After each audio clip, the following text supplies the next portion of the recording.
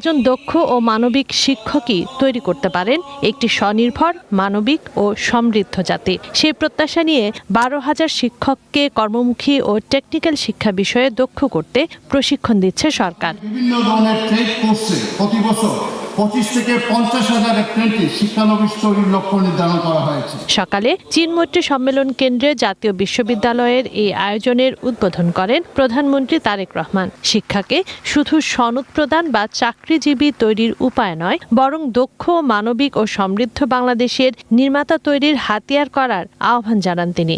আসুন আমরা সবাই মিলে এমন একটি কর্মমুখী শিক্ষা ব্যবস্থা গড়ে তুলি যা কিনা শুধু সনদ প্রদান করবে না, বরং দেশে দক্ষ মানব সম্পদ সৃষ্টি করবে, জনসংখ্যাকে জনসম্পদে রূপান্তরিত করবে। শিক্ষা শুধু চাকরিজীবী তৈরি করবে না, বরং তৈরি করবে নতুন উদ্যোক্তা।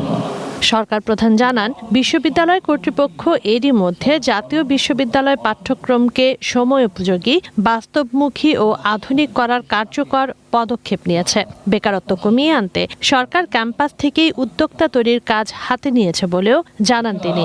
সরকার ক্যাম্পাস থেকে ব্যবসায়িক উদ্যোক্তা তৈরি করানো বহুমুখী উদ্যোগ গ্রহণ করছে। এরই অংশ হিসেবে সরকার কলেজ এবং বিশ্ববিদ্যালয় ইনোভেটিভ বিজনেস আইডিয়া বাণিজ্যিকরণ করতে প্রতিযোগিতামূলক প্রক্রিয়ায় সিড ফান্ডিং বা ইনোভেশন গ্রান্ট প্রদানের সিদ্ধান্ত নিয়েছে।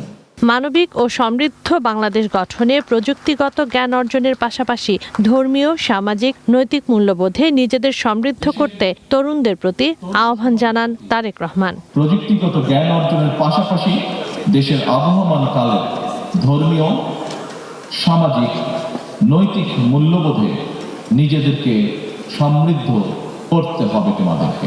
শিক্ষা, গবেষণা, মেধা, যোগ্যতা ও সৃজনশীলতাকে সর্বোচ্চ গুরুত্ব দিয়ে জ্ঞান ও মেধা ভিত্তিক সমাজ তৈরির পরিবেশ সৃষ্টির কথাও বলেন প্রধানমন্ত্রী। কারিকুলাম, দক্ষতা ভিত্তিক শিক্ষা বিষয়। তানজিন হন্ত, ওয়ান নিউজ, ঢাকা।